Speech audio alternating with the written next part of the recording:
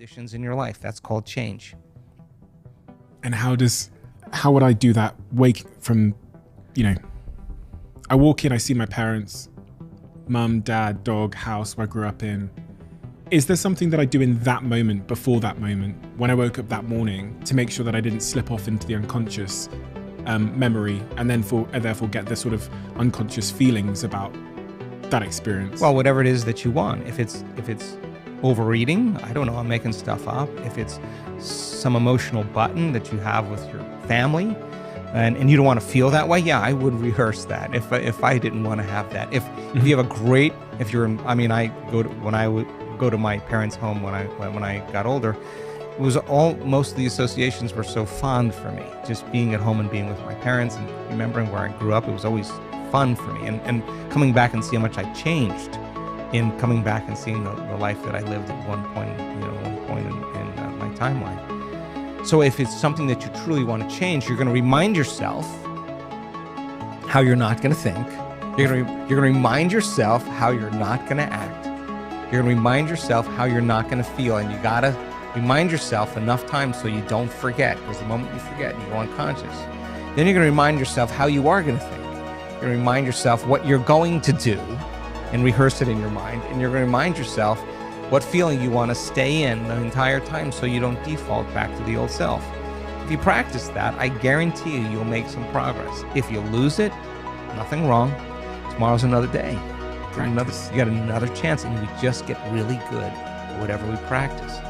So then when you return back into your life and you say, okay, no person, no place, no thing, no object, no circumstance, no pain, no craving is going to cause me to move from this state today. I guarantee you, if you're able to maintain that modified state of mind and body your entire day, something unusual will happen. It will come in a way that you least expect, that surprises you and leaves no doubt that what you're doing inside of you is producing some effect outside of you. And the moment you see the feedback in your environment as a result of your internal change, you're going to pay attention and do it again. And you're going to start believing, God, did I really create that? Did that really happen because of how I changed? That's when the game really begins to become exciting. Practice. I've been at it a long time. I can tell. Practice. Yeah. People hear that, they go, oh, Joe, how long? How much practice? Are you talking about I've got to do this for 3, 4, 5 years, or and that practice, what does that look like practically for someone like me who hears everything you've just said and wants to make changes in key areas of my life? Okay, so there's 2 times when the door to the subconscious mind opens up. When you wake up in the morning, because your brain waves are going from delta to theta to alpha to beta. When you go to bed at night, you go from beta to alpha to theta to delta, and you slip through that scale pretty quickly in the morning and the evening. But your brain waves start to change during those times, and one of the features, one of the important elements of meditation is to get beyond the analytical mind.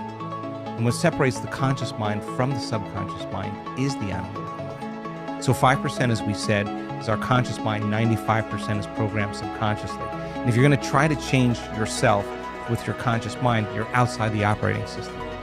So then you got to learn how to change your brain waves, slow them down, get beyond the analytical mind, and enter the operating system where you can rewrite a program, where you can make those changes. And so learn how to do that, practice, learn how to do that. And again, it's not a big deal, it's easy to learn. And then once you can slow your brainwaves down and you're more suggestible to what you're thinking, now you can reprogram. You can't do it with your conscious mind. You can say, I'm healthy, I'm wealthy, I'm unlimited, I'm happy, I'm whole, and your body's saying, no, you're not, dude, you're miserable, you're unhappy. That thought never makes it past the brainstem to reach the body, right? So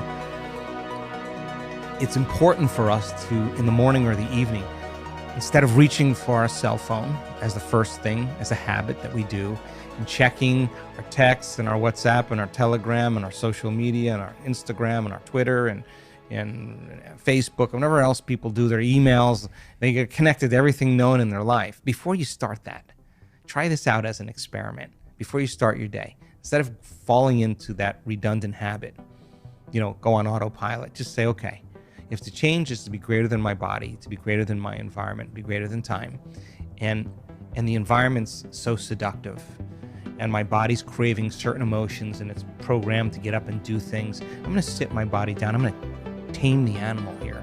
And when I'm ready to get up, we're going to get up, not when it's tired or when it wants to go. You could literally go inward and forget about your outer world. No longer think about anything out there. If you could lose track of the familiar past or the predictable future and fall into the present moment. And if you were sitting there in silence, aware of nothing but you, and you said, okay, what is the greatest expression of myself I can be today? And do that exact process. Let me write down 2 thoughts that are not going to slip by my awareness unnoticed by me today. 2 memories, whatever it is. What are 2 behaviors I want to change today? Let me stay conscious of them and not go unconscious to them today. Even if it means how I speak.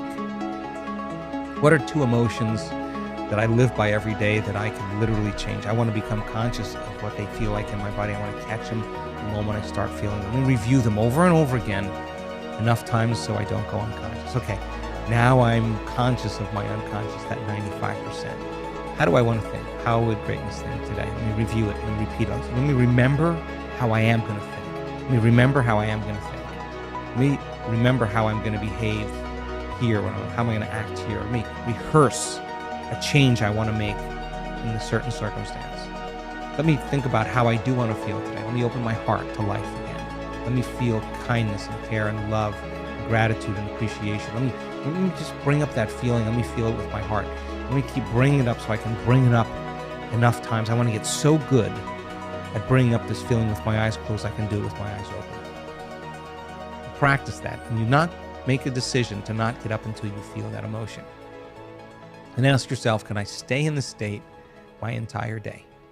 And if you can't, and you go unconscious, ask yourself at the end of the day, how'd I do?